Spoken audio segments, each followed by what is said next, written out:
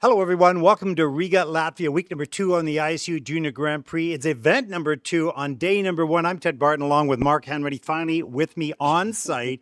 Here we go. The second of 4 Junior Grand Prix events. So critically important for those teams that have already competed. Of course, we had Chen and Dong last week in China. They were second, earned 13 points. It's really critical for them to get the top 3 spot. Mark?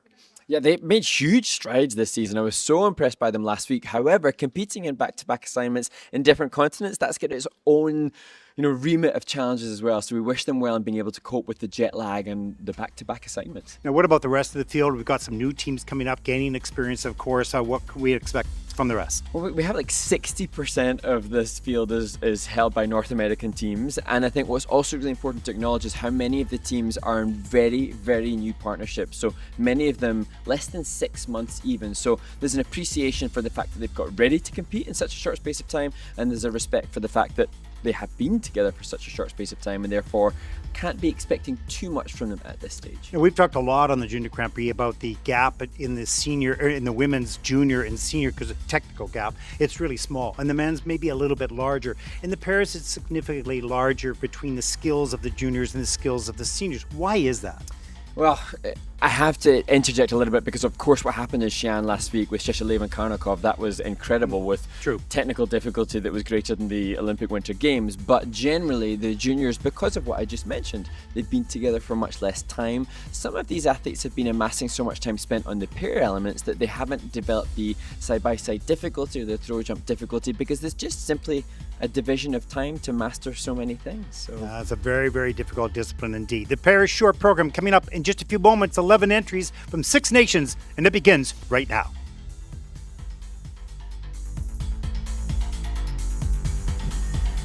Welcome back, everyone, to Latvia, Riga, and a flyover of the Volvo Sports Center, the home of many, many Junior Grand Prix events and other international events as well. I'm Ted Barton, along with Mark Hanratty on day number 1. We just finished the women's short program. Up next is the pairs, of course, and there are just 10 teams, I think, from 6 nations. Mark? Yes. Yeah, you weren't concentrating, were you? I didn't know if it was a question or just a statement. 10 teams from 6 nations, and as we said in the introduction, we have a large proportion of North American teams, and this is just to confirm for those of you that are newer to the Junior Grand Prix, the entries for these events are based upon success at the Junior World Championships. So the higher that a nation fares at Junior Worlds, the more entrants that they can send to the next season's Junior Grand Prix. And so that is the reason that you see 2 Americans, then 2 Canadians, and then a Chinese team, because last year at the Junior World Championships, it was Canada 1, 2, and America 5 and 7. And so that's what has facilitated extra entries as we see the starting order for later on in this group. And again, just to confirm, as we mentioned in the opening, there are teams in this group that have lots of experience. Indeed, Regan Moss and Jakob Galbavy, the first team to compete, they are seasoned campaigners, and they were 7th at the Junior World Championships, and they will be competing at the Kanushita Cup in Japan next week, and they actually head out to Japan Saturday morning. But then you have other teams that are way, way newer to the discipline and their partnership. So we would be remiss not to acknowledge that there's likely to be huge variations in the scores that are posted over the course of the next 90 minutes. Yeah, and so much depends on, these skaters have been single skaters most of their life, and then they come together as pair skaters, and that's going to be a whole new sort of, period of time to learn this discipline mixed in with their singles as well. So it does take a lot longer. It is why there is a larger gap between the juniors and seniors. So we'll see this group of people in process of learning, in process of developing into pair skaters. And what you see now does not really reflect what they're going to be in 5 years from now, because a lot can change. They're all good skaters, not a problem, but pair skating, it's difficult. So difficult. And last week we saw just a mesmeric debut from Polina Shishileva and Igor Karnikov, and they posted, level 4 split triple twist with grades of execution nearly at maximum, +4 grades of execution assigned, and level 4 in every element apart from their death spiral. All the teams in this short program will have to jump a side-by-side jump. It'll be double loop or double axels. They will do a throw, double or triple. We're about to see the loop throw of double from the young American team, and then step sequence, pairs combo spin, and one lift. It will be a group 3 lift in the short program, as we see the teams just managing to navigate getting their element done. And in the lift, when it comes to the lifts, these teams are able to do the lifts, but you will not see the same speed and ice coverage of the turns, because the man hasn't learned perhaps the type of turns and flow and the balance of the woman above him, of course, to be able to carry that speed. And they also have to be a little bit careful. Most important thing when you're developing pairs is safety, because it can be risky. So true. And even last week we were referencing the American team, Balin Tace. She'd explained that she's broken limbs in pairs, and it's often that the men can have nose fractures. Literally, they can break their nose on a split twist, or they can have lacerations across their chest. And the reason is because why do they break their nose? They're throwing because the girl's arm might be a little bit, or the elbow might hit them on the way down, or whatever. So yeah, you're right, it can happen. Now, do we have any other questions coming in? Yes. I think you had a big list. Yeah, we have a big list. Thank you for those that have sent in the questions to the International Skating Union. You can send questions in to ourselves or to the ISU social media on Instagram. And, great one here from Kate at _Inyatova87. What do we think about the new trend of highly produced program announcements? And I think this came into place. It's increasingly popular lately. Go, Ted. No. I was swiping at a fly. Really annoying you. No. But I wanted to say that the social media is very interesting. It can have its downside. It does. But skaters now have a vehicle in which they can promote themselves, promote their programs, or tell their stories. Same thing with the coaches. So now we're seeing the program reveals, not the whole program, but portions of the program. It's kind of cool.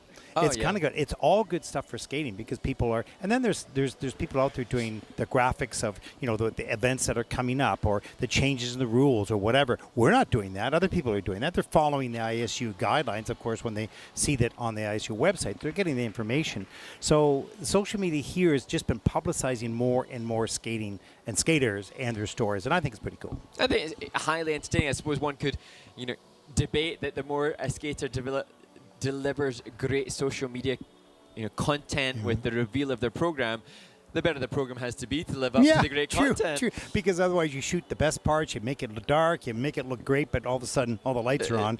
And Exposed. Yeah, exactly. So you don't want to overproduce that piece, that's for sure.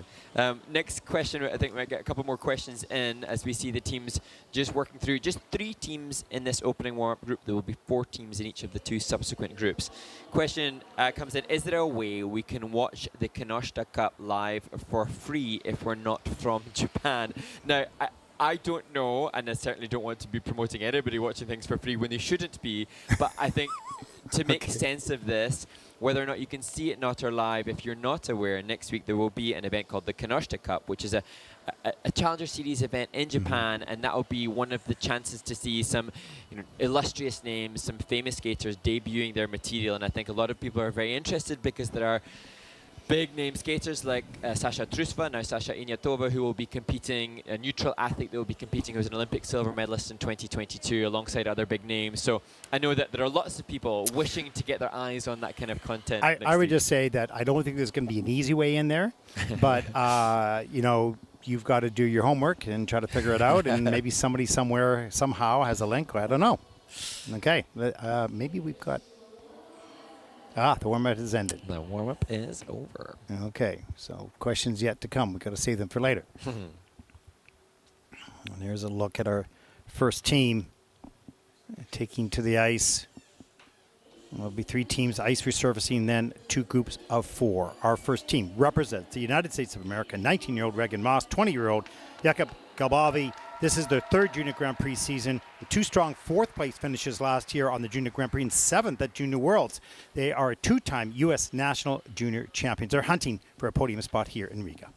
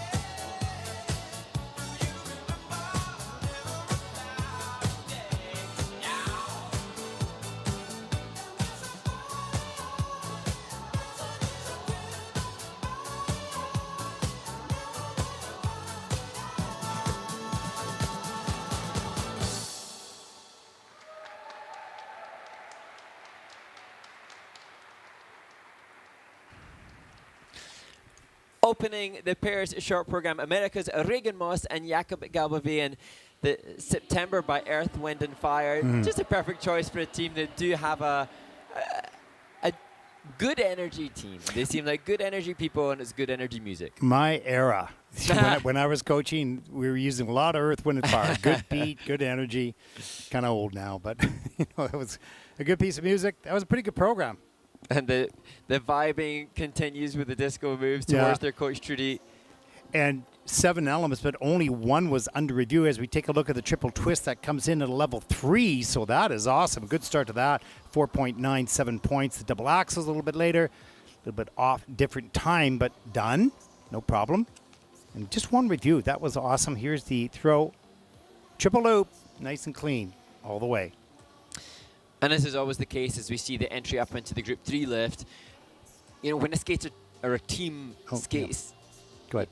cleanly as they have, now it gives them the chance to get the feedback from the judges. Of course, they will know already from Coach Trudy and all the people that they work with about what the plan is. The forward inside death spiral, getting the level 3, perhaps as they head towards Japan next week and compete this short program there, then you know they'll be working for a level 4, more rotation. Or hopefully what it can be is that it's everything that they aimed for, and now it's the push for those skating skills and components. And interestingly, their components are fairly comparable, but it's their presentation that's deemed the highest. So their skating skills still the one to push. Yeah, good energy for sure. And, you know, going into that competition next week. I mean, that's good. I mean, they had good results in juniors last year. They weren't on the podium, but they're very, very close, of course. And this year might be different. We'll see. We'll find out. They should have a good score here. Actually, and based on the entries, they could be, and I'm sure intending to compete for medals, and then that opens up another conversation for this team as to whether or not they're maybe eyes on the prize for a Grand Prix final place. Yep, exactly. Now, they have a 55.25 personal best, and they might come close to beating that score here right now with this program. Good energy, good elements, well delivered. Short program scores for Megan and Jakob.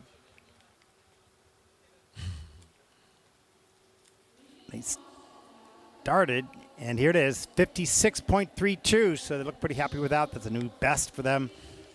First team out in this event.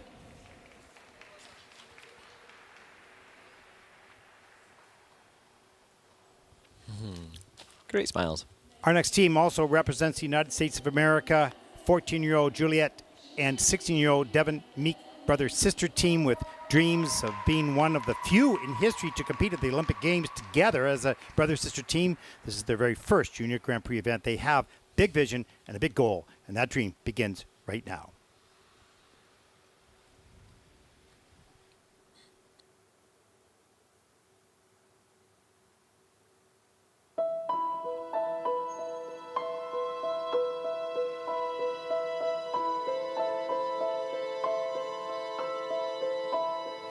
How can you see into my eyes like open doors, leading you down into my core, where I become so numb without a soul.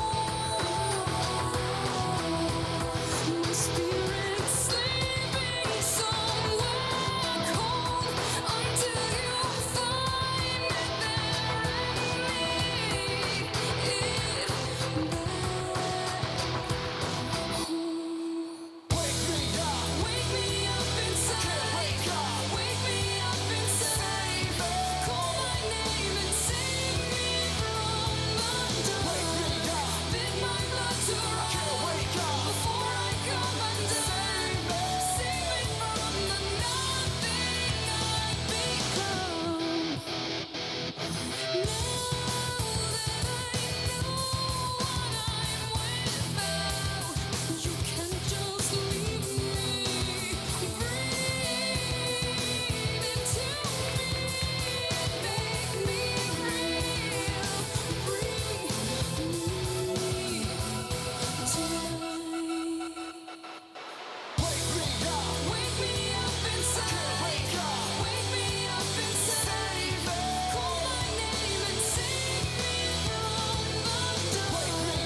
Bid my blood to run before I come undone. Save me from the nothing I've frozen inside without your touch, without your love, darling. Only bid my blood to run before I come undone. Save me from the nothing I've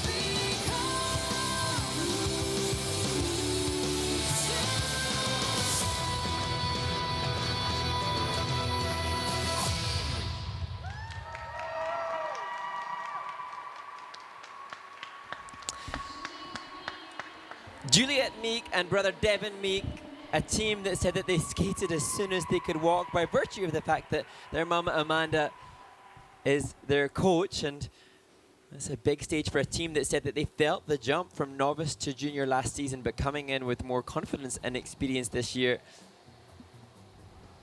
And it was interesting, they spoke to Figure Skates Online in an article about this team, about the excitement of getting this assignment.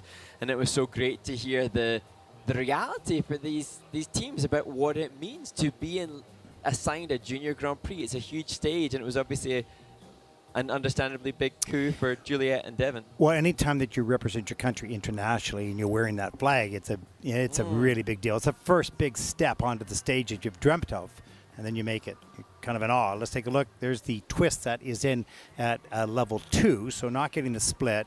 Here's the double axles. They did it well, but they go different directions, so it's a little hard to see it all together. But in the end, it was well done. There's the toe triple loop, bending forward, slipping off the edge, so has to take the fall there. There's the group 3 lift. This is in level 4, so all 4 features. He has really good turns, and he's continuing to accelerate through those turns into the difficult dismount. So that was well done. Nice Plus clean Julie. lines from Juliet too. And then the Despower goes his direction as well, because they both jump in different or move in different directions, so they got to choose the pair elements. Which way are we going? And they've got that figured out nicely. Yes, and it's not common, for those that are not au fait with the history of the pairs discipline, it's not common that you would have the teams jump in different directions, No. especially, I suppose, brother and siblings. Yeah. But they do it well. Of course, I'm sure they're inspired by videos of Christy Yamaguchi and Rudy Galindo, who won the junior world title and jumped in different directions. Yeah. Oh, those were 2 excellent senior single skaters, and put that together in the pair team. But let's take a look at the M&Ms. Scores at 44.27 for Juliet and Devon, and that put them into second place. Good job.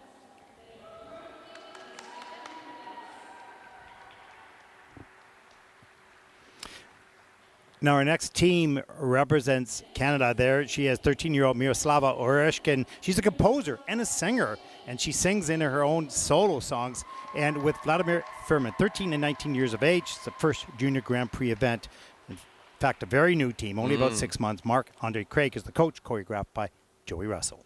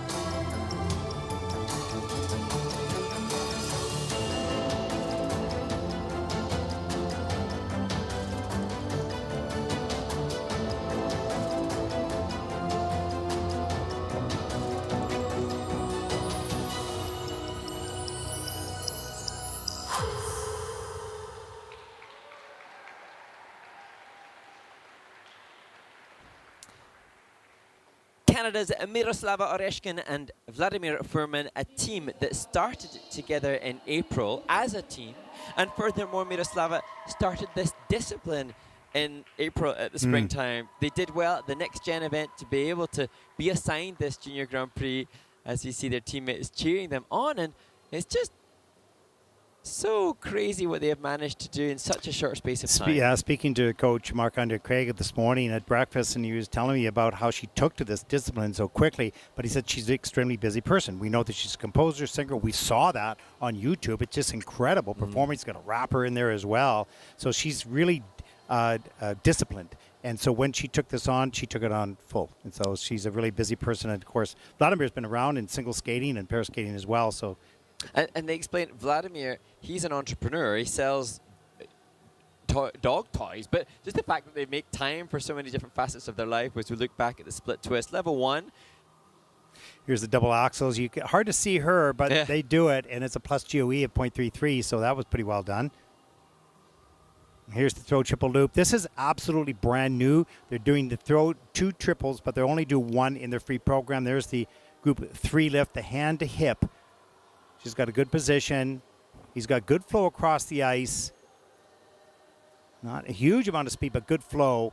This is so early on in this team. I mean, they're doing so well for just 6 months. It's incredible. The forward inside death bar. Watch him dip down, get pulled right there, but he pulls it back and saves that. That is in at no. There's no level. So he lost the pivot, I think. Yeah, we saw that pivot. So he lost the pivot and got 0 on that. That's too bad.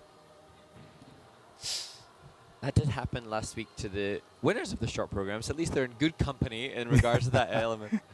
Yeah. Well, first international competition, 6 months after you start doing pair skating, never done the discipline. Pretty good. Experience gained. And let's take a look at the short program scores for Miroslava and Vladimir, 41.55. That will put this team for the moment at least into 3rd place.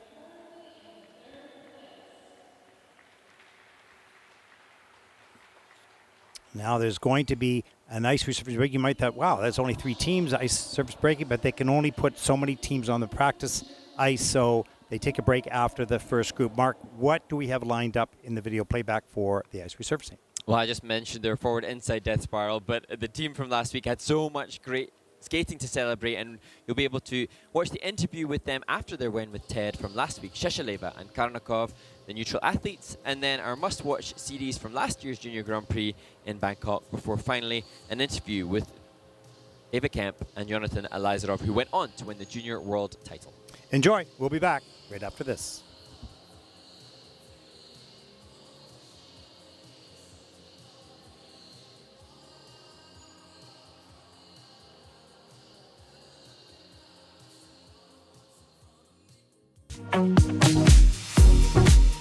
Here we are in Xi'an, China, with the winner of the pair event, Polina Shesheleva and Igor Karnakav. First of all, guys, congratulations for this amazing performance. I hope you were able to enjoy this public. Everyone was cheering for you. So, how do you feel? Мне очень радостно, что мы победили, и публика очень сильно поддерживала. Ощущения положительные. Then I would love to know if you have a special moment. You can pick one from the show program, from the free skating that you will keep forever in your heart with you after this week in China. Ну, наверное, это, если из короткой программы брать, это выброс. Очень мне запомнилась поддержка публики. Вот, даже в программе я услышал, как очень сильно поддерживают. Вот. Ну и в произволе, наверное, окончание программы. I can understand the moment when you realize everything went through in the best way possible. You deserve this medal, guys. I say with the whole heart. And now I saw your little necklace you showed me before. See mine? So is that your dream to go, of course, together as a pair team to the Olympic Games? Yes. But I'm pretty sure you can achieve this, and maybe even more, to just be on the Olympic ice one day in the future. So thank you, everyone, for staying with us during this week. Congratulations again for this beautiful performance you have done here, and stay with us. See you in Riga.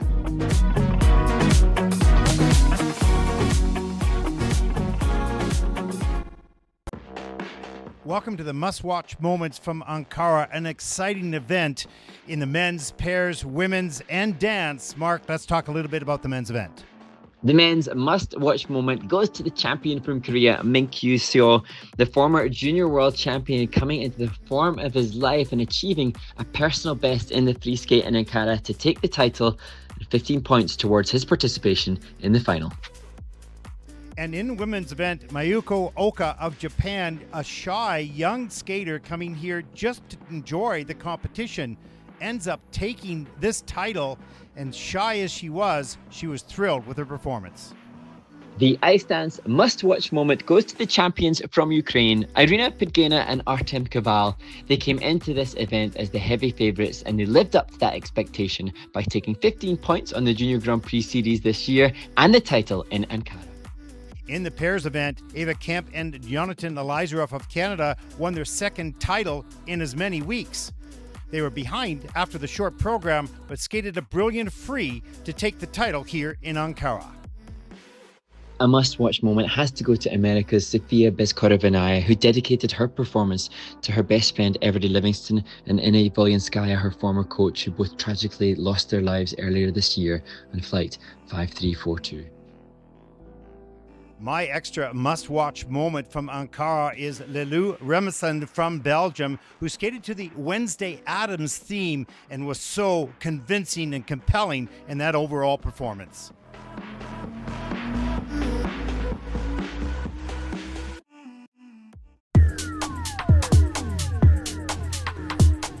Here in Ankara with the pairs champions, Eva Kemp and Jonathan Elizarov of Canada. Now, I wanted to ask, first of all, congratulations. I wanted to ask you, the transformation, and Mark and I were talking about this in the broadcast, the transformation you've made, not just technically because you were a strong technical team before, but in the emotional commitment and connection with the music. How did that happen? Particularly for you, it's incredible. You're doing a wonderful job. How did that happen? Yeah, thank you. We've been working really hard, obviously, this season. Just with the programs and stuff, we've been working really hard with our coaches and choreographers and everyone just giving us the confidence to be able to do it. And I think that's what helped us open up, is like knowing we can do all the stuff. So just putting it into a program. And that choice of music, I mean, it's so beautiful, Claire de Lune. And how did you feel when that was first? And what was explained to you by the choreographers as to the choice of music and why they were giving that to you? I think when the choreographers chose that music, they were trying to do something a little softer, something that, you know, we can present a little more to the audience instead of so element focused, like you said. And also like letting us interpret the music instead of the music interpreting the program for us. Like we had to work for it. We had to learn how to emote and stuff. So those first couple notes, and you have this beautiful, calm look on your face. I mean, does that beginning of the music help calm you? yeah, for sure. yeah, compared to our last year's program, we're super intense and fast, and you're like go go go go go. This program's a lot more settling, and especially compared to the short as well. Like you take a second to, you know, take the moment in. Okay, time to start the program, and yeah. Okay, you've established 2 wins here. You're going to Nagoya, Japan. That's awesome already. What is it that's going to make you better as you move on, not just in the junior Grand Prix final, but also in senior nationals? Yeah, we still have a lot of levels and stuff to gain. We want to get our speed up. I think we can do even more with the choreography. Like we can still go more. So yeah, there's still room to grow. Well, we wish you the best of luck. I mean, really 2 brilliant performances, such great improvement. We wish you the very best in the rest of the season.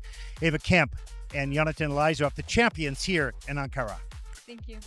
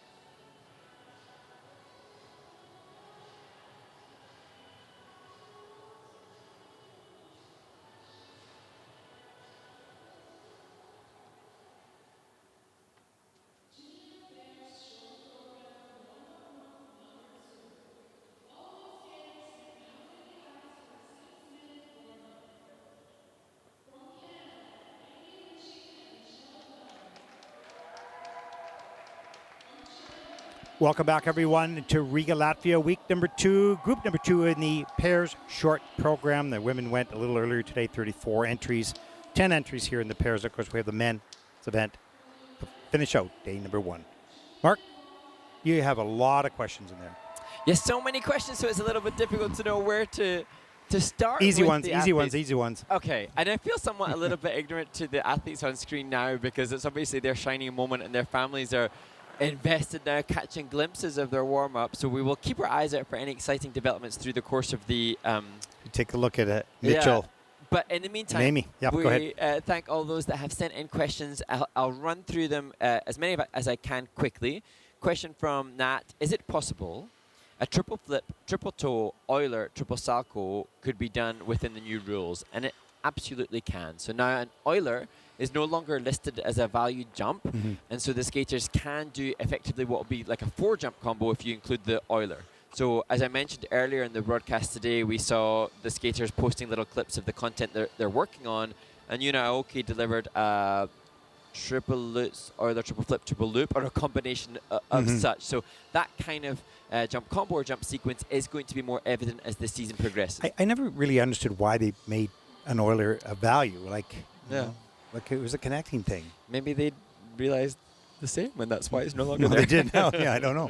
Okay, what else? What else you got there? Thoughts on Vinceman Chong from Australia? Well, if you didn't know, I think he was your sort of special recognition last week. Oh, no, he was in the running for he your was in the special running. recognition. Now, from way Australia. to go, Mark. Well, maybe Vinceman should know that. He was very, very Absolutely. close to special Yeah, recognition. yeah. Wonderful energy from the Australian skater Yeah, who he was great. did a good triple axel skating to Bruno Mars in a short program last week. Now, interesting one. This could go deeper as we see the likely favorites, Chan and Dong. Yeah, that was a beautiful triple twist. Go ahead. From @InkBullet, why is it so rare that the personality of skaters comes out during skating? So to rephrase that, I think they're suggesting that we don't get to see the personality of the skater when they perform. Now, when we enjoyed last year on the senior circuit and we were able to get a little bit more intel, if any of you saw the Glitter and Gold Netflix docu-series, of course, star of which Piper Gillis is just outside this room, Yes. we were able to see a little bit more of the personalities of the skaters. I suggest that the physicality of what the athletes have to do and the danger of what they have to do requires such resolute focus that they cannot deviate too much. It's a very complex mixture of danger, if you will, and risk and entertainment. So it is sport, it is art, and it's entertainment. And some skaters may be more entertaining than sport. Some people may be more sport than art, certainly, or than entertainment. So you're looking for that perfect package where all those three things come together. They're great athletes, they're great artists, and they're great entertainers. And when they're great entertainers, art and sportsmen, then you have the full package. Then you see the personalities. But this usually comes maybe, not for everyone, just for a few people at the end of their career when they've mastered all those things and they don't have to compartmentalize everything and just do, I just need my jumps done. So it takes time. And the personality of teenagers, we're watching the juniors now, yeah. probably wouldn't be having to factor in doing a split triple twist or a throw triple loop, and so their personalities somewhat go on hold as they stay focused and safe. And there's Amy that was Ritchie nice. and it was great. Mitchell Dunn, toe triple loop. That's awesome. This young man that we see right there comes from a very small town in Quesnel, British Columbia, and figure skating for him was not an easy thing up there. There's a lot of hockey, whatnot. He eventually moved down to Vancouver, and so he's had a really interesting journey. Totally in love with the sport of figure skating and the challenge of it. Amazing. Other quick questions that we touched on during the previous warm-up group, referencing the Kenoshta Cup. So somebody asked if we can give them tickets for the Kenoshta Cup. Well, I can confirm that Ted and I have no involvement whatsoever in the Kenoshta Cup, and sadly I'm going, did I hear you right? yes, We indeed. give them There's a tickets. request for us to get tickets. Yeah. And another question that follows on the back of that, will the challengers be streamed? And we have actually had a couple of our friends send in the link for the stream for the Kenoshta Cup. You have to pay for it, though. You do have to pay for it, so there's a paid stream. And of course, the Challenger Series, for those that don't know, the Challenger Series is a group of competitions that runs concurrently with the Junior Grand Prix for the seniors in their early season. And I think that the streaming of those is dependent upon the local organising committee. Yeah, It's it not is. governed by the And ISU. it'll be interesting to see what happens in the future because there's so many good competitions with good skaters in the Challenger Cup and whatnot that is left up to the streaming. Do they want to? I'm not professionalize the wrong word, but do they want to raise that level? What is the level that the ISU wants to have distributed in regards to access to all the competitions through one, perhaps through one source? I don't know. We don't know really what they're thinking, but. Actually, Right now, it's to the local group. it's an interesting question because I know I see sometimes online people complaining about the lack of availability of watching some of these events and frustration that they would have to pay for them. But I think some people sometimes just need to acknowledge that sport's expensive, hiring rinks is expensive, and they have to recoup some of those costs. So I understand perhaps why it's paid streams, but I understand also why everybody's desperate to see more skating. You got to find the happy medium in here because you do have, expenses to cover that. It's not cheap to, have the camera crew and all that kind of stuff like that. But I think they're going to sort it out because more and more people want to access and follow skaters and skating in all these competitions. So we'll see what happens in the future. Here we go. Group number 2, very short program.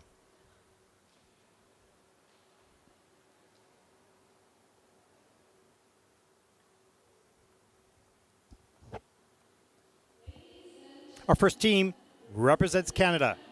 Amy Ritchie, Mitchell Dunn, 20 and 21 years of age. As I mentioned, he's from a small town in Quesnel, and she's from the Vancouver area. They're coached by Jacob Kreideman and Kirsten Moore Towers, a former national champion and Olympian of Canada, choreographed by Garrett Gosselin and Elizabeth Chan.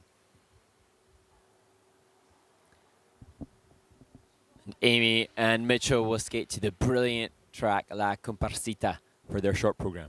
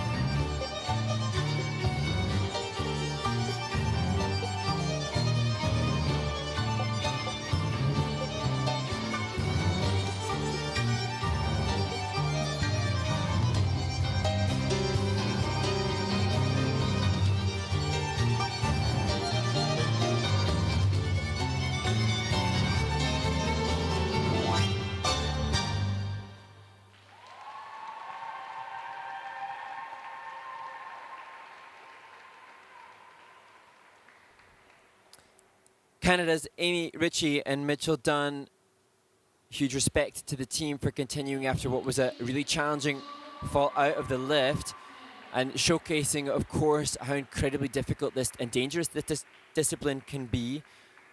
And somewhat unsurprising again, because we kept referencing the newness of these teams. This is a team that paired up less than 1 year ago, September 2025. Amy only in the discipline for a year as well. And the way in which they have conducted themselves will just generate so much pride and admiration from their families and all that support them in the way that they continued that program as if nothing had happened, when quite obviously something that will have made them feel quite anxious took place. And they both handled that situation pretty well. There's the double twist to start with. That is level 2. The double axels, they get it done. Good for them. That's really good. And then we'll take a look at this lifts and see what happened in a second. Here's the toe triple loop. We saw a beautiful one in warm-up that just over-rotated, didn't get to stop the rotation soon enough. Here's that lift. We'll take a look at this. I don't want to look at it. Didn't get hurt. He's back on his heels, and she comes down. But she handles it well. He handles it well. They got back up. Nerve-wracking? Absolutely. Hurt? No, don't believe so. Could have been.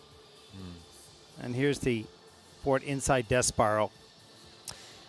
And not easy after that fall. Go ahead. Not easy after that fall at all. And just so much respect to the team. And I actually was thinking when watching Amy and Mitchell earlier in the program before the Group 3 lift, I was thinking that this team was going to potentially go on and lead the field. They had some of the most refinement of those that we have seen thus far. Yeah, it was a tough one. And, of course, another coach, Curtis Schreiber, part of the team as well. Yes, and Kirsten Murtars was explaining what a brilliant job that the team have done since she had her baby boy, and that Jacob Kreiderman and Curtis Schreiber looking after the team well. And what's even more admirable about these skaters as humans is the way in which they're now conducting themselves in the kiss and cry to great maturity, despite this being their first international event. And I actually think the team could be very good. I know that was a cataclysmic mistake that they don't want to ever relive, but I think this team could be very good. Those problems made that team not look as good as they are, and this is very early on. But they're doing the double axels now. She is a very, very strong single skater, and he's a strong boy. That's just an unfortunate part of the learning that they're taking right now. 39.22. That is fourth for Amy and Mitchell. That's okay. They got through that safely. They'll get some more experience going into the free program. It's the first international for both of them.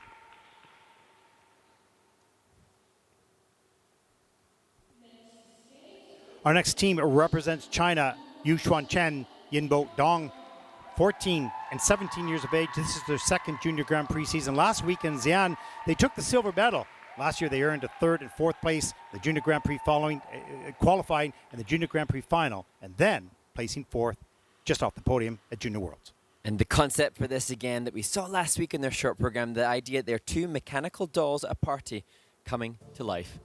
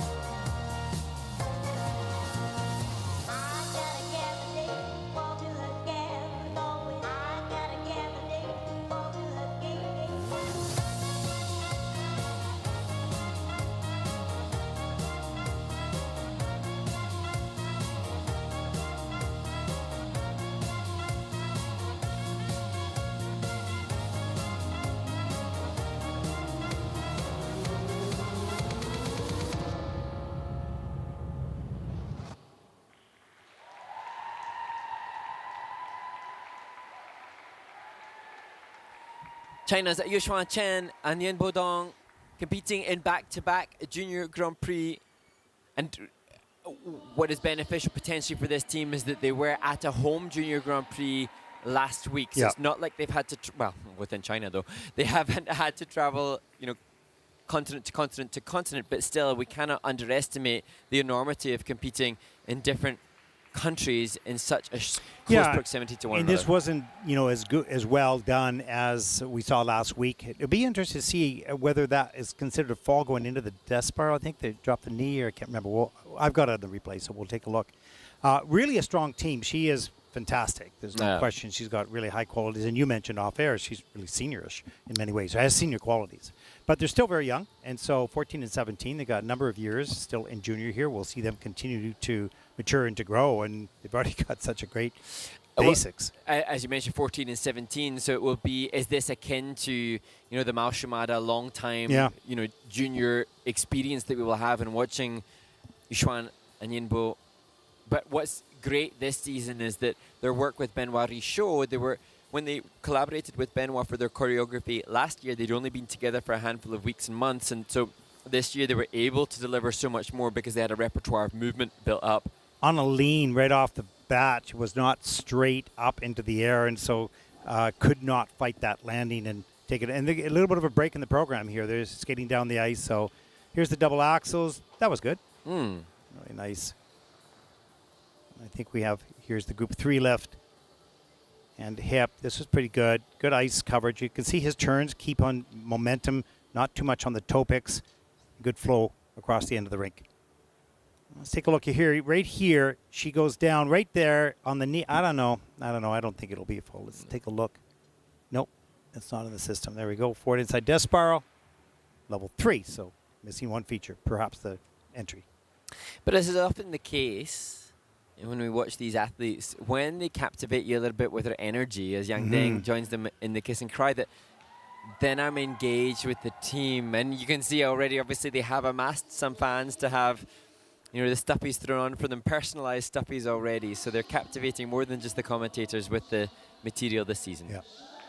Well, 57.02, it's the season's best, and that will put them currently into first place. Over 3 points higher than last week. Yeah, but just a little bit ahead of Reagan and Jakob. Our next team, they represent Spain. 14-year-old Sofia Gomez Marino and 19-year-old Mario Martinez Engues. This is their very first Junior Grand Prix event. In fact, we do not see much international experience with them so far in this early partnership.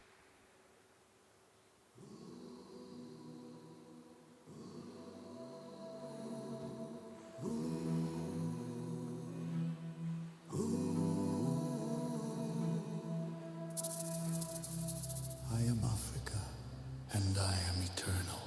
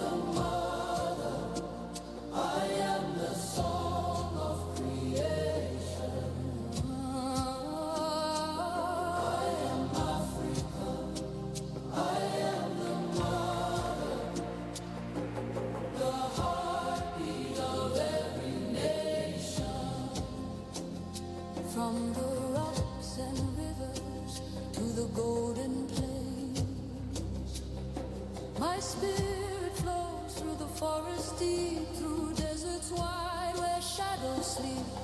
I am the thunder, the rain, the flame, the eternal voice that speaks your name. I am the mother, the heartbeat of every nation.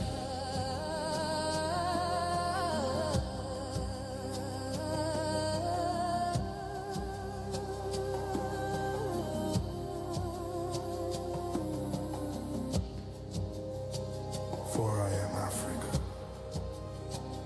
and I am eternal.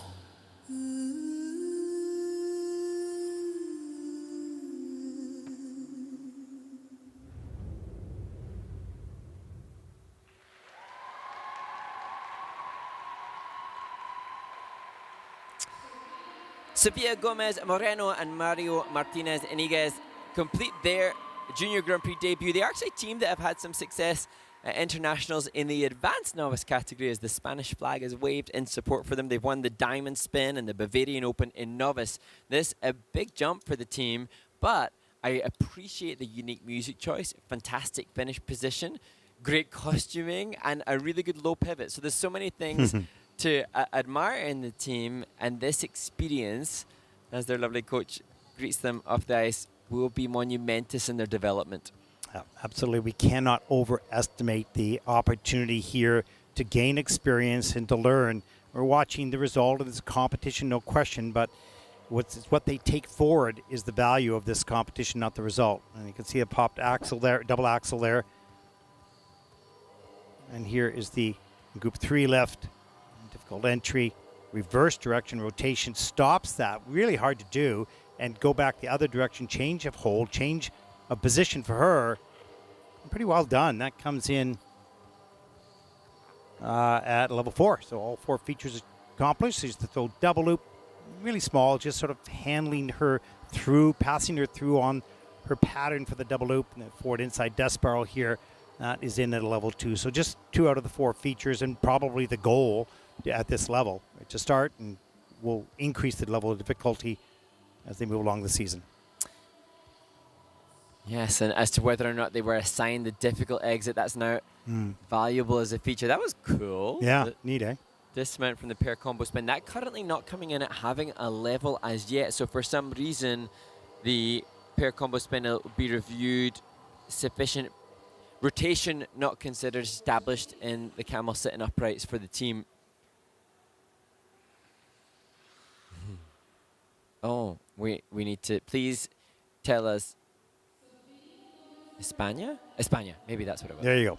Scores 32.59 for Sofia and Mario. That'll put them currently into 6th place. Certainly a good experience gain. They also have some more practices to come, another the free program. So it's a really valuable trip and experience internationally. Our next team represents the United States of America. 17-year-old Julianne Wong, 19-year-old Jared McTuck. First Junior Grand Prix event, a relatively new team with no noted international competitions are coached by Drew Meekins and Natalia Mishkatunia. And indeed, I'm told it's 2 months, a little over 2 months that Julian and Jared have been together. Wow.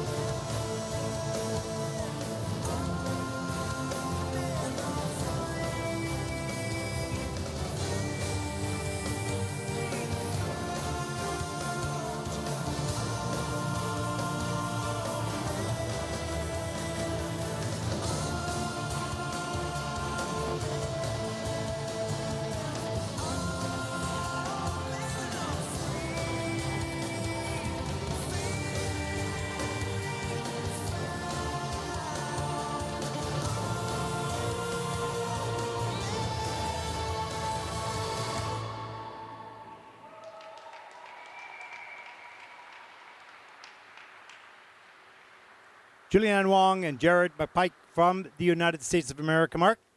Well, it just, my brain can't quite compute the fact that they've been together just 2 months. And Yeah, again, it's incredible. furthermore, that Julianne has only been in the discipline for that 2 months. And Jared had explained that he attributes how well they have got along as humans as the reason that they've been able to compete here so quickly.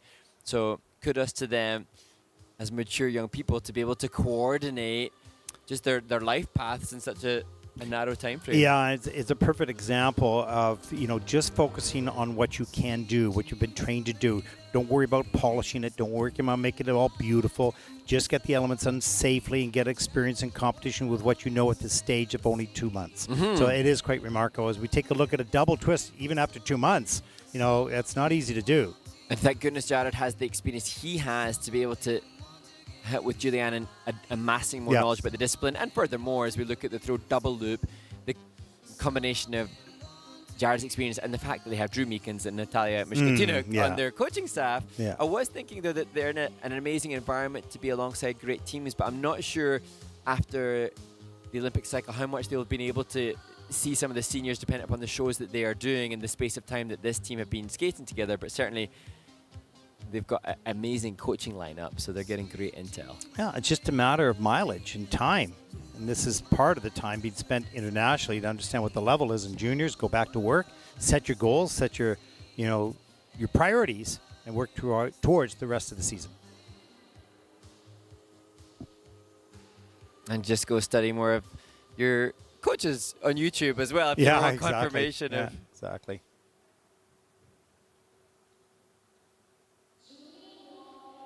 Well, let's take a look at the scores for Julianne and Jared. It is a 38.71, and that'll put this team currently into 6th place. And as we said early on, that a number of these teams are absolutely brand new, so you're going to see mistakes and all sorts of struggles a little bit as they gain experience here. And, maybe later, if we see them on the Junior Grand Prix later, we'll see a much better team. Certainly next year we'll see much better as we take a look at the standings so far in this event. And actually, that's a kind of encouragement of call to action to the teams, because we can expect to see an exponential improvement in their progression, because relatively speaking, if they have another assignment in 3 weeks' time, that's proportionally 20% maybe of their whole partnership. Well, they would come to an event completely understanding what the Junior Grand Prix is all about, feeling much more comfortable stepping onto the ice, that's for sure. Mark, you have questions? Yes, lots of questions coming in, and again, we'll keep our eyes on the skaters on the ice to respect their 6-minute warm-up, but equally grateful, as always, to those that have sent questions in, and some interesting ones coming in from @jbug.me. Why do you think some federations do not produce the same level of skaters as others? And for those that have been listening all day long, you may have heard us touch on this earlier, that for some federations, there are various different aspects, but culturally and in the nature of the landscape of the country, skating may hold a greater priority of importance and respect than in other nations. And also, you got to look at facilities. Not everybody has rinks like America or Canada or China or Japan or whatever. Coaching experience, maybe coaching courses, off-ice training, enough ice time. You're competing against hockey. You're competing against public skating. Who knows? It all depends on where they're coming from and do they have the resources and ice time to be able to reach that level. So it's not a level playing field. No. But it isn't a level playing field even for professional teams such as football in Europe or North America or hockey teams, because some people have a lot of money and can buy the stars and all the coaches and some don't. Some teams don't. So it's just not a level playing field. It just all depends on the resources you have at hand. And I think also, money talks, and the more money that is supported to the athletes, then I think of Italy over the course of the last Olympic cycle. Italy, the success in the team event, I'm sure, was bolstered by the fact that more funds were sent to those athletes because it was a home Olympic Games. Absolutely. And so there are so many factors in there, but it's not to criticize or to sensationalize any one federation over the other. A lot depends on the resources that are available to help their skaters. Go ahead, Mark, you have another one. It's just, I have in front of me questions that have been sent into the ISU, and it's knowing the time that we have, which ones to pick, because there are some great questions. One of them comes in from @Zienareda465. which element do you think is the hardest to commentate live? The commentary live. How about the whole discipline of ice dance? Amazing. I'm pretty sure that's the most difficult to Amazing. commentate because there's so many little things going on there. You just cannot. See, the concept of commentating is to make sure as best we can that what we were talking about relates to the picture you're seeing. Now, I'm going against what we're talking about right now because we see a nice young Yes. skater on screen and we're not talking about it. But when it comes to the live competition itself, is making sure that your comment relates to what people are watching or just have seen just. So in ice dance, things happen so quickly. It's not like a big jump where you got a big lead in or whatever. There's constant movement, constant turns, constant. So I think it's really, really difficult to do. So you talk a little bit more generally on that. So what do you think? I actually take your point completely, Ted, talking about generally. And I think for us, we've spent our whole life in the sport, and I've spent hours reading ISU communications on rules and regulations. So in terms of what is the hardest to commentate on in terms of an element, sometimes because I've read so much about the elements and the rules and the level features and how the judges will give it marks, it's more not how hard is it to commentate, but how hard is it to find the right information for an audience. And also Yes, that's knowing, true. I don't know who's listening exactly now, but knowing Who the you are. audience that we've got, is it people that don't know what a throw triple loop is? Is it people that know what the criteria is for a positive GOE for double loop? Because that's, very, very different extremes of a viewing audience. And so for commentary, how do you It's a very good point. satisfy everybody's different viewing It's a awareness? very, very good point. If we give too much information, it's confusing for someone that doesn't know. That's we call it going down a rabbit hole, not getting out, right? If we don't give enough information, then the skating people are going, well, that was kind of boring, Yeah. right? So it's a very difficult balance, and what we try to do is talk about what we see, the humanity about it, the communications we're watching right now between the coach and the athletes, the emotions after that, certainly the elements on the replays. We're lucky because we cut our own replays. I'm cutting the replays here. We can tell our own story. But in television, you can't do that. You just get something sent. You don't even know what's coming to you. So you have to react at the moment. So during commentary, it's easy. We're talking. We love it. We love it. Totally. But you got to be supportive. You have to be accurate. You have to be honest. And sometimes you just don't know what's coming up. And I think also for us, what we're both very, very passionate about is celebrating the sport and Yeah. the humans and elevating their, fandom. And I think that what will help to connect people with is the human story and the human connection and the emotional side of it. But in doing that, whenever we as commentators give airspace to the people as people, then we're not giving you all the knowledge that we have as experts in the field. So it's just, you tell us what makes good commentary. No, well, and- we'll send the and- question back to the audience. And you know what? I think we just completely rambled down a rabbit hole because we were just talking about one element and we're just rambling on about something else. Exactly. So this is what not to do, folks. This is how to get through the 12-hour commentary days. Yeah, exactly. Okay, wait. You got 12 seconds. Forget about it. You don't have another question. Yeah. Oh, there is a great element to commentate on. She's working on the clarity and cleanliness of the steps that we'll be using our step sequence. Let's see whether or not those are evident then during the performance because they were very nicely delivered. Oh, sure. Look like a hero. Yeah, yeah, right. In the closing seconds. Ah, terrible. Here we go. Okay, the final group in the Paris short program coming up in just a few moments.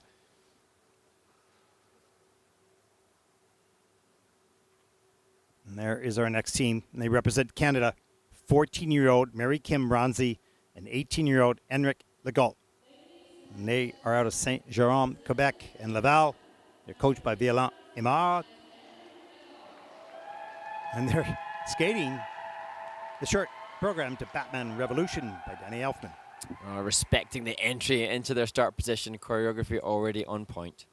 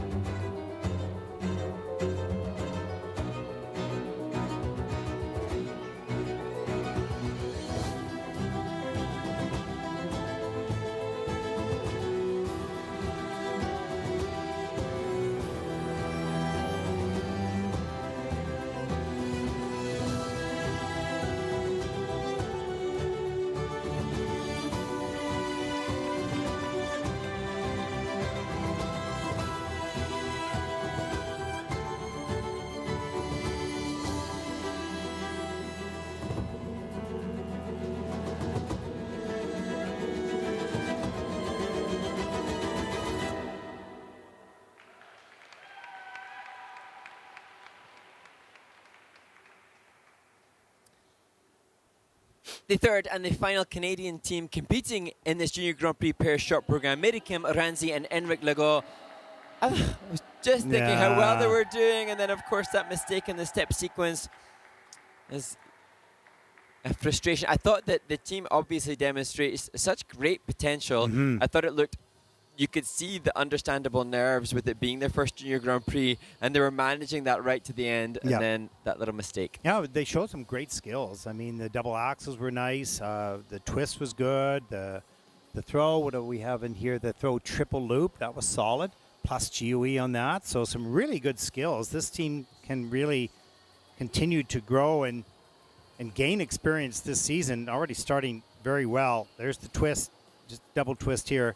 That was the little the little touchdown there. There's just little mistakes here and there, but here's the throw triple loop. That was beauty. Gets that free leg back. And here's the group 3 lift, hand to hip. Little bit rocky going up. And he keeps the flow going through the turns, which is not easy. Keeps nice, smooth flow. Change of position, change of hole. There it is. And that is the group 3 lift level 4. So all 4 features were accomplished on that lift with a plus GOE as well. Here's the double axles. This is well done. A little far apart, but they'll tighten that up. Well, nice. And of all the intel that I managed to amass as we look at their forward inside death spiral, this is the one that I'm most excited to share with you, Ted, because Enric was a hockey player for 12 years, a defenseman, and always at the highest level possible. So I'm sure as an avid hockey fan yourself then. He was probably great. When I played hockey, played defense too. What? Because you can skate backwards really well. Right? Right. Yeah, good job. They're going to be good. They're already good. They're going to be really good. Scores. Oh. There it is, 48.15 for Mary Kim and Enric. That is a good score, even with the little mistakes. I just thought the purple in her costume is the Joker. Maybe she's got the costumes for the Batman. Stay with Very the good. scores, man. Not the Costumes, story. everything. Okay. No. Our next team represents China, Ziyu Song and Guan Yi Zhao. 14 and 21 years of age. This is their first Junior Grand Prix event. In fact, we do not see any other international competition nearby. A new team with new possibilities.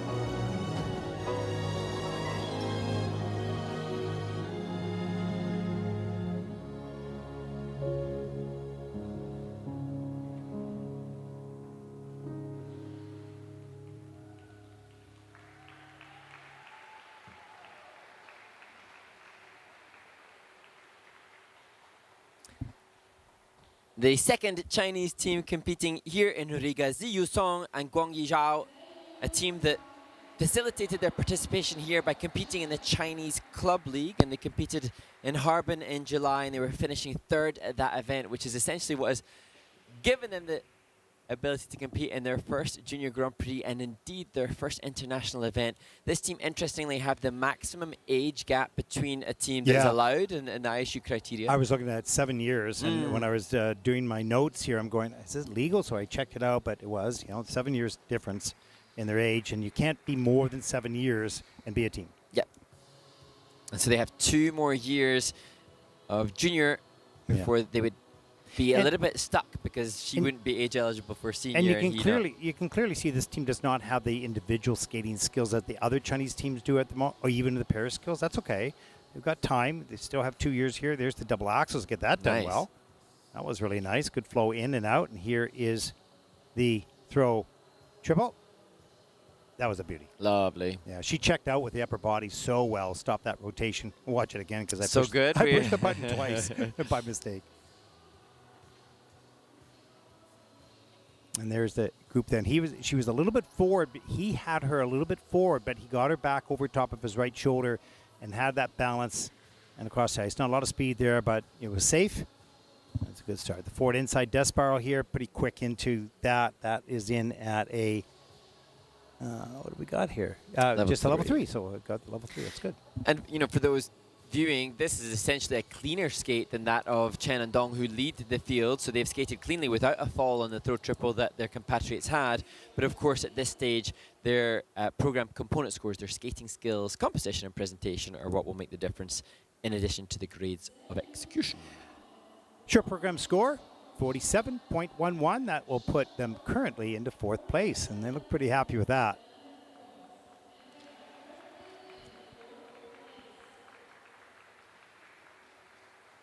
Two teams to come. Our next team represents Czechia, Deborah Anna Bohoshka and Lukasz Wojcicka. Pardon me. Deborah Ann Cohen.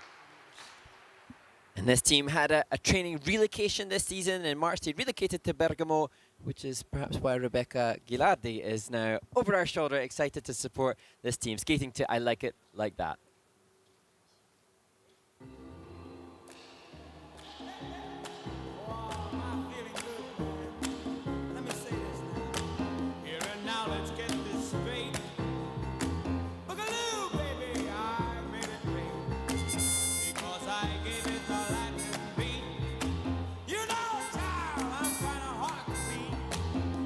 Commence your feet to skate. Pick up your arms and make them shake.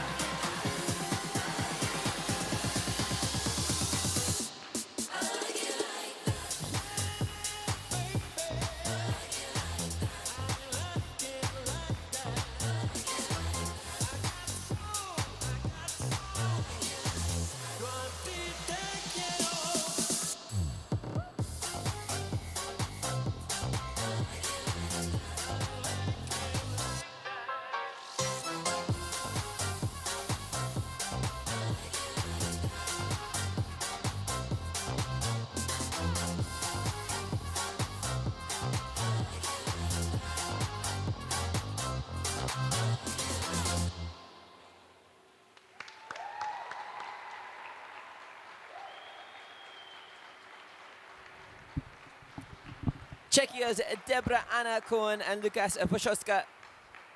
A team that, as we mentioned, with the age restrictions and requirements of the junior pairs with regards to the Chinese team that preceded them, this team are in their final season as juniors, and certainly with that in mind, they're showcasing lots of potential to move up into the senior ranks as the ice dancers and the single skaters from Czechia support them. And there seems such a good connection in and amongst the skaters from Czechia currently. I think the World Championships in Prague helped, and Andrei Otorek, he too has that connection. And actually they said how grateful they are to Andrei since they relocated there for the environment that he has offered, in addition to their gratitude to Peter Bidar, who coached them up to that point. And there's a look at the triple twist to start the program. Level 1, double axles. That was the set that was probably jumped the closest together. That was good. Hand that goes down, and there is the throw. Double loop. And look at that left hand on the hip. It was a different entry. This is difficult. Great flow across the ice. Wonderful ice coverage. Difficult position. Wow. That was awesome. That goes in at a level 4, the plus GOE as well. So really nice lift. I think I should have taken my headset off and given it to Rebecca, who has, I think, lived the moment in support of these athletes. Yeah, as she's you see. dancing between us here watching this team. That's right. Well, Deborah and Lukas should know they are loved and supported by many, obviously. Not just those in the commentary room, but I'm sure many at home supporting and watching. And just for a little bit of context, their ISU personal best, which is of course not indicative of all their international assignments, but their ISU personal best comes from 2 years ago at the Junior World Championship. So this is going to, I'm sure, give them a new ISU PB. Oh yeah, in a big way. Oh, here is the score for Deborah and Lukas. A short program, a 53.26, and you can see 4 thumbs up in the kiss and cry, and that'll put this team currently into 3rd place. That was solid. They looked so intent before those scores come up. Yes. So happy now.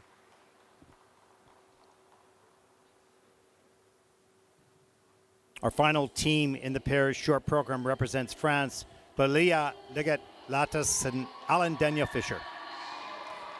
And this, a team who in their Junior Grand Prix in 2024 were 15. Last year they were 5th at this event. What is the future holding for Clelia and Alan? You're thrilled to be able to compete after an injury-filled off-season.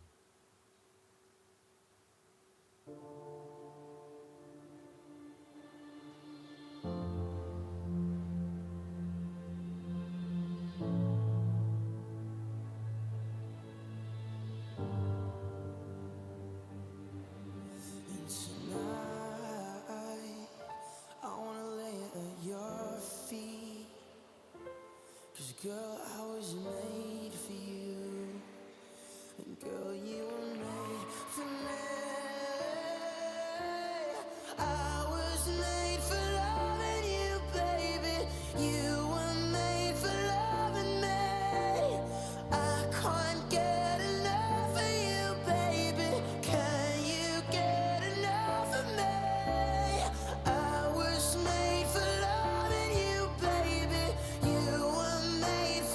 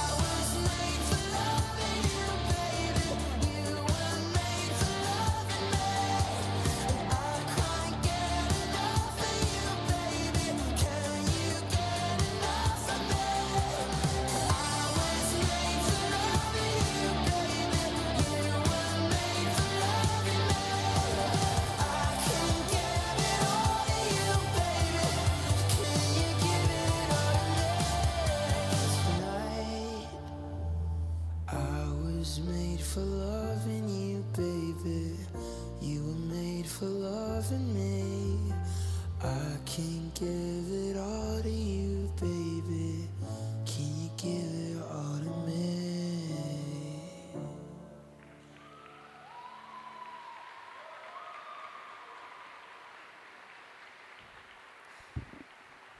Clelia Léger-Latousse and Alain Daniel Fischer representing France. The team had said that their goal was to improve every performance and up their scores, but they did both acknowledge that injuries had somewhat plagued them through the off-season, and so I'm sure that they will be satisfied to have got through this outing, first international outing of their short program. And for me, just so conscious of the increased difficulty and the senior look, we're definitely seeing very different approaches from the teams, and this team showcasing the fact that they have been together for longer than so many of the others that we have seen within the context of this event. A bit more maturity even in the opening of the back inside edge of the Mohawk. Yeah. And here's that throw, double loop. A little bit over-rotated, but she hung on to that edge. The double axles, they were pretty good. Nice flow in and pretty good flow out. There's the group 3 lift. Little bit on the toe picks on that back edge there. Losing the speed throughout on the change of position. So not a lot of flow across the ice there. There's the forward inside death spiral. This is in at level 2, pardon me. So missing 2 of those features. Impressed to see that the step sequence for the team has been assigned a maximum level 4. And actually, when I was watching it, as we look now at the pair combo spin, I was mindful of the fact that there was an attention to detail on the requirements for the step level. So well delivered. That actually impressive, particularly given that the leaders only have a level 2 on their step sequence. We haven't seen, I have rarely seen a level 4 in pair skating, in junior pair skating. Yeah.